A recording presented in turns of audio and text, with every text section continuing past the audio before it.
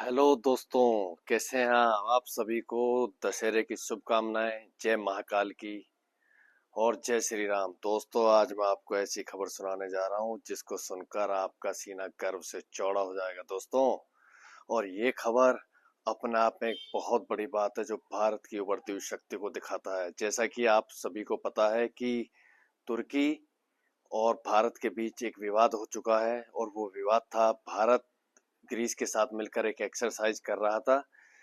वो मैंने पिछली वीडियो में बताया था, जिसमें आईएनएस त्रिखंड को तुर्की ने घेरने की कोशिश की और उसको अपनी चौधराहट वो भूमध्य सागर में दिखाना चाहता था। लेकिन यहाँ पर भारत ने क्लियर कर दिया कि हम किसी भी रूप में और किसी की भी धमकी नहीं सहेंगे। ये मैंने आपको कल बताया था कि भारत ने तुर्की की ऊर्जा को, यानी कि उसकी गैस की पाइपलाइन को उड़ाकर उस पर पहला वार किया था। उसके बाद की आगे की घटना बताता हूँ, बहुत ही मजेदार, बहुत ही इंटरेस्टिंग है। उस जब ये घटना हुई उसके बाद तुर्की पूरी तरीके से बौखला गया दोस्तों। और तुर्की का जो राष्ट्रपति है, तैयब एर्दोगान, जिसको खलीफा बनने की बहुत खुजली है दोस्तों, ये जिहादी हैं। और ये जो जिहादी है ना, ये बिना ठुके मानते नहीं है।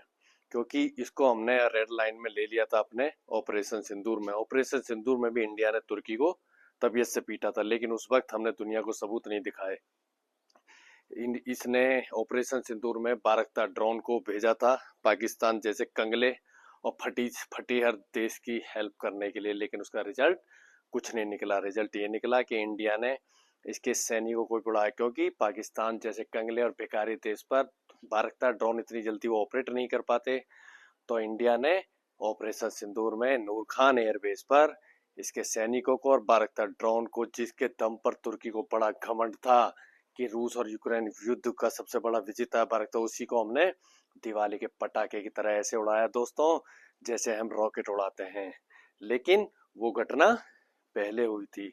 अब इस घटना को हमको दोबारा करना था, तो हमने क्या किया दोस्तों, हमने किया ये कि जब एर्दोगन ने धमकी दी, क्या धमकी दी, एर्दोगन ने ये धमकी दी कि हम अपने बारकता ड्रोन से इंडिया पर अटैक करेंगे, तो भारत के सब्र का बांध टूट गया। और यहाँ पर इंडिया ने एक ऐसा ऑपरेशन किया जिसमें न मिसाइल चली, न गोली चली, और हमने दुनिया को दिखाया। जी हाँ दोस्तों, यहाँ पर हमने अपने साइबर टीम, इंडिया के इंजीनियर और वैज्ञानिकों ने एक ऑपरेशन किया जिसको ऑपरेशन गरुड़ बोलते हैं। उस गरुड़ के तहत दोस्तों, जो बारकता ड्रोन की फैक्ट्री है जहां पर बारकता ड्रोन इसके बनते हैं, उन ड्रोनों का एक्सिस हमने ले लिया और उनको हमने निष्क्रिय बना दिया। यानी कहने का मतलब ये है दोस्तों, जब सुबह बारकता ड्रोन की जो कंपनी थी उसमें तुर्की के लोग आए, तो वहां पर एक मैसेज आया कि इंडिया इज स्ट्राइक ऑन तुर्की। भारत ने तुर्की पर स्ट्राइक किया और उनके सर्वर को 4 मिनट के लिए इंडिया ने जाम कर दिया। और जाम करने के बाद तुर्की का पूरा बारकता ड्रोन, जो उसके हजारों थे, उनको निष्क्रिय बना दिया, कूड़ा बना दिया दोस्तों। और वो इससे पूरे तुर्की में हलचल मच गई। जिस ड्रोन से वो भारत को धमकाने की कोशिश कर रहा था, उन्हीं ड्रोनों को हमने कूड़ा बना दिया दोस्तों। और कूड़ा भी ऐसा बनाया कि वो ड्रोन की भी हालत में उड़ने के नहीं थे। ऑपरेशन गरुड़ के तहत हमने उनके ड्रोन को एक दूसरे से कनेक्टिंग नहीं होने दिया, और उनकी जो अपनी साइबर टीम के द्वारा उन ड्रोन को हमने निष्क्रिय बना दिया दोस्तों। और वो सिर्फ प्लास्टिक के डब्बे रह गए, कूड़े के ढेर में हमने बदल दिए। ये घटना ने पूरे तुर्की में कोहराम मचा दिया। और दोस्तों, मजे की बात इसमें क्या है कि इसमें रशियन फायरवॉल लगा हुआ था, और बैकअप के लिए इन ड्रोन में अमेरिका का सिस्टम था और इजराइल का भी इसमें सिस्टम था। हम लेकिन कहते हैं ना कि ऊंट को जब तक पता नहीं लगता, जब तक वो पहाड़ के नीचे नहीं आता। तो तुर्की को जो घमंड था कि मेरा बारकता ड्रोन है, दुनिया का सबसे सुपर है, उसके बारकता ड्रोन में इंडियन फायरवॉल नहीं था। और यही कारण से हमारे वैज्ञानिकों ने और इंजीनियरों ने तुर्की के सिस्टम को हैक करके बारकतार को कूड़ा बना दिया दोस्तों, कूड़ा। और उसके बिल्कुल ड्रोन सिस्टम को इतना पंगु बना दिया, उसके जो रोबोट्स वहां काम कर रहे थे वो निष्क्रिय हो गए, यानी कि पूरे तुर्की का जो बाराक्तार ड्रोन TB2 ड्रोन है उसका कंट्रोल भारत ने एक्सिस अपने हाथ में ले लिया और पूरे सिस्टम को तुर्की के को ध्वस्त कर दिया और पूरी उसकी फैक्ट्री, पूरे जितने भी हजारों ड्रोन तुर्की में बने हुए थे, यानी कि उनका हमने एक्सिस एक तरीके से ये मान सकते हैं उनको फ्लाइंग कोड हमने ले लिया, जिसको कमाकर तुर्की पूरी दुनिया से अरबों डॉलर पीट रहा था। उसी का एक्सिस और फ्लाइंग कोड हमने ले लिया, यानी कि अब TB2 ड्रोन हम जिस देश को चाहें अगर उसको बता दें तो वो TB2 ड्रोन दोस्तों दिवाली का पटाखा हमने बना दिया। और हमने पूरी एक ही झटके में हम तुर्की के बाराक्तार ड्रोन की पूरी मार्केट को खा गए और हमने दिखा दिया कि इंडिया एक सुपर पावर है और हमसे जो टकराएगा वो चूर चूर हो जाएगा। भारत ने इस तरीके से उसके TB2 ड्रोन के सॉफ्टवेयर को उड़ा दिया जैसे बाज अपने शिकार को दोस्तों दबोच लेता है अपने पंजों में और उसकी गला घोट देता है। उसी तरीके से हमने तुर्की का बैंड बजाया और अगर तुर्की के हाथ पैर फूलने लगे, उसने UN में जाकर शिकायत की और उसने सोचा मैं नाटो का देश हूं तो नाटो मेरी हेल्प करेगा, और यही उसकी सबसे बड़ी भूल थी। क्यों? क्योंकि नाटो का ही एक और मेंबर है दोस्तों, ग्रीस ने भारत के समर्थन में बयान दिया और इसके साथ फ्रांस ने भी भारत के समर्थन में दिया और तुर्की को बोला कि तुम जो अपनी आक्रामक नीति है, अंतरराष्ट्रीय जलमार्ग है, उस पर अपना आधिपत्य मत करो, ये गलत है, नहीं तो भारत तुम्हें छोड़ेगा नहीं। और अमेरिका ने भी दोस्तों एक साफ संदेश दिया कि भारत एक रेस्पॉन्सिबल पार्टनर है दुनिया का और वो कभी भी सर्जिकल स्ट्राइक गलत तरीके से नहीं करता। और रशिया जो हमारा दोस्त है वो मुस्कुरा रहा था क्योंकि उसको पता था कि दुनिया में सिर्फ एक ही देश है जो तुर्की की कमर तोड़ सकता है, वो है हमारा भारत देश।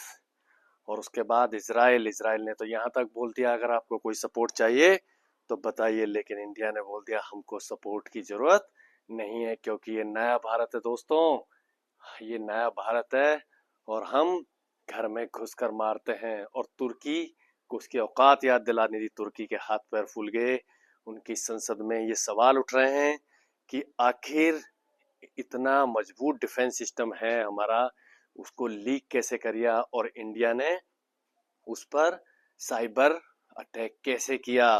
और वहां बहुत बड़ी घबराहट है और गवर्नमेंट पर बहुत ज्यादा प्रेशर है और वहां के लोगों में बहुत ज्यादा तनाव है और वो पैनिक मोड में है। और इंडिया यही नहीं रुका दोस्तों, इंडिया ने समझा दिया तुर्की को कि अगर तुमने हरकतें बंद नहीं की तो हम तुमको वहां मारेंगे जहां पर तुमको सबसे ज्यादा दर्द होगा। और हमने ये सारे सबूत UN में दिखा दिए, इसलिए पूरी दुनिया का जो समर्थन है वो भारत के साथ है दोस्तों।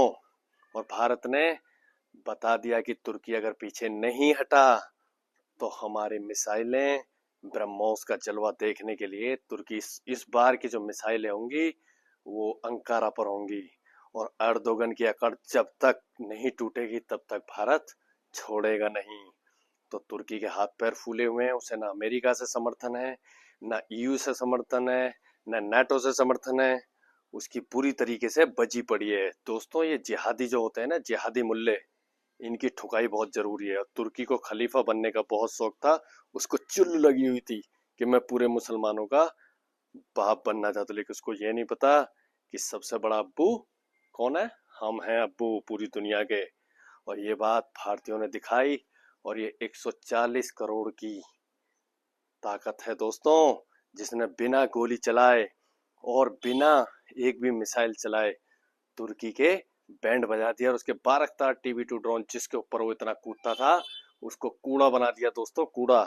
और ये अगर तुर्की यही नहीं रुका, उसने भारत से माफी नहीं मांगी तो अगला वार अंकारा झेलेगा, वहां की जनता झेलेगी। और पूरी दुनिया का समर्थन भारत को प्राप्त है। तुर्की इस समय बुरी तरीके से फंस चुका है क्योंकि अगर वो पीछे हटता है तो नाटो की बेइज्जती है और वो खलीफा जो बनना चाहता था इन मुल्लाओं का, वहां पर उसकी नाक नीचे हो जाएगी। लेकिन उसकी नाक तो नीची होनी ही है, और हम उसकी नाक नीची नहीं करेंगे, उसकी नाक काटेंगे दोस्तों बुरी तरीके से। और यहाँ पर पूरी दुनिया के जो देश हैं, सऊदी अरब, यूएई, इन्होंने बोला है कि यहाँ पे भारत सही है। हालांकि वो भी मजबूरी में बोल रहे हैं, क्योंकि उनको पता है कि तुर्की के खिलाफ भारत ने सीधा बोल दिया, भाई या तो हमारे साथ रहो या हमारे खिलाफ रहो। हमारे साथ रहोगे तो कायदे में रहोगे, तो फायदे में रहोगे, और अगर हमारे खिलाफ रहोगे तो हम तुमको वहां मारेंगे जहां तुमको सबसे ज्यादा दर्द होगा। और ये बात पूरी दुनिया में पता लगी, तुर्की अलग थलग पड़ चुका है दोस्तों, और तुर्की का बैंड बिल्कुल बच चुका है। तो इस घटना पर मैं अपनी नजर बनाए हुए हूँ, और कोई अपडेट होगा तो मैं बताऊंगा। और भारत ने वहां पर 4-4, 5-5 एयरक्राफ्ट हमारी उतार दिए हैं, जो तुर्की की गर्मी उतारने के लिए तैयार हैं। मेरी आप सभी से रिक्वेस्ट है कि जो लोग मेरी वीडियो देखते हैं, मैं ये देखना चाहता हूँ मेरी वीडियो कितने लोग देखते हैं, कहाँ से हैं, जो सच्चे भारतीय हैं, जिन्हें अपने देश से प्यार है, चाहे वो किसी भी धर्म का दोस्तों, क्योंकि हमको धर्म में कोई बांट नहीं सकता।